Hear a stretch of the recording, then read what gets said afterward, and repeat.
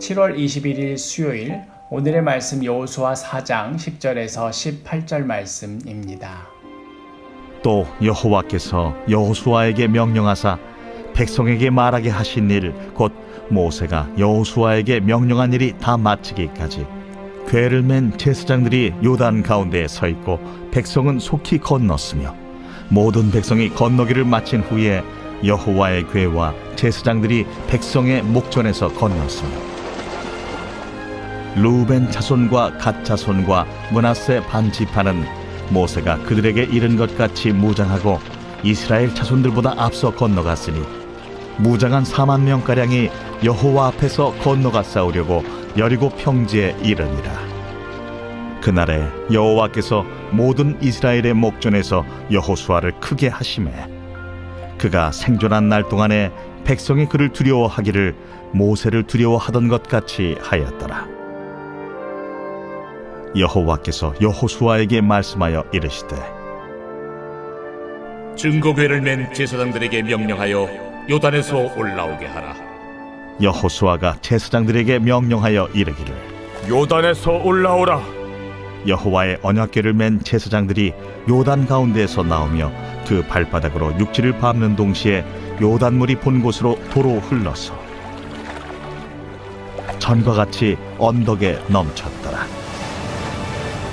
주로 목축을 하며 살아가는 이스라엘 백성들에게 있어서 물은 미지의 존재이자 또 공포의 대상이었습니다. 하나님께서 천지를 창조하실 때에 말씀으로 물이 물러가게 하여서 땅이 드러나게 한 그 사건도 공포스러운 그러한 물이 물러나게 하셔서 그 땅 위에 사람과 동물이 살 수 있도록 하신 것으로 이해했습니다. 애굽을 탈출할 때 홍해를 지나갔던 것도 이스라엘 백성들 입장에서는 죽음을 통과한 것과 다름없었습니다. 그러니 이스라엘 백성뿐만 아니라 목축을 하며 살아가던 다른 가나안 족속들에게도 그토록 공포스러운 물을 자신의 뜻에 따라 물러나게도 하고 또 다시 흐르게도 하는 하나님은 더더욱 위대한 존재로 보였을 것입니다.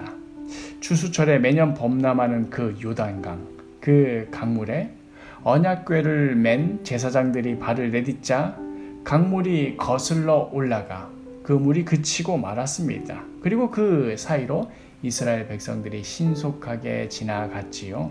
그리고 모든 인원이 무사히 건넌 후에 18절에 여호와의 언약궤를 맨 제사장들이 요단 가운데에서 나오며 그 발바닥으로 육지를 밟는 동시에 요단물이 본 곳으로 도로 흘러서 전과 같이 언덕에 넘쳤더라.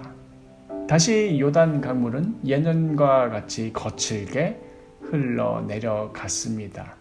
이 장면을 직접 경험한 이스라엘 백성으로서는 무엇보다도 분명히 깨달았을 것입니다.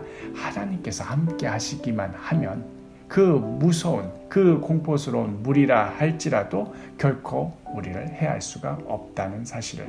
그러니 앞으로 펼쳐질 전쟁에 있어서 가장 중요한 것은 우리에게 어떤 무기가 있는가, 우리가 어떤 전략을 가지고 있는가 하는 것이라기보다는 우리가 하나님과 함께하고 있는가.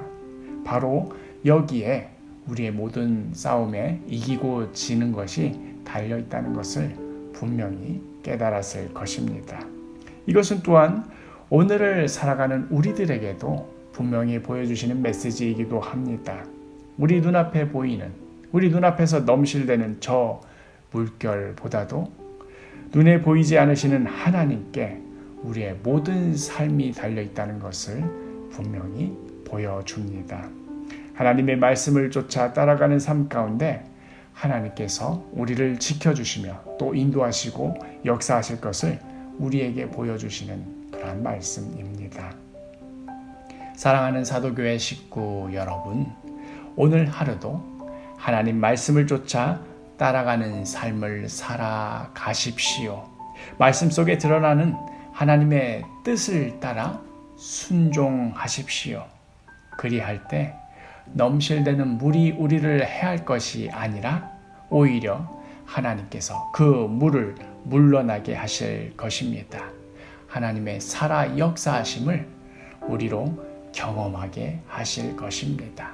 이러한 귀한 복이 오늘 하루 우리 모두 가득하기를 간절히 축복합니다.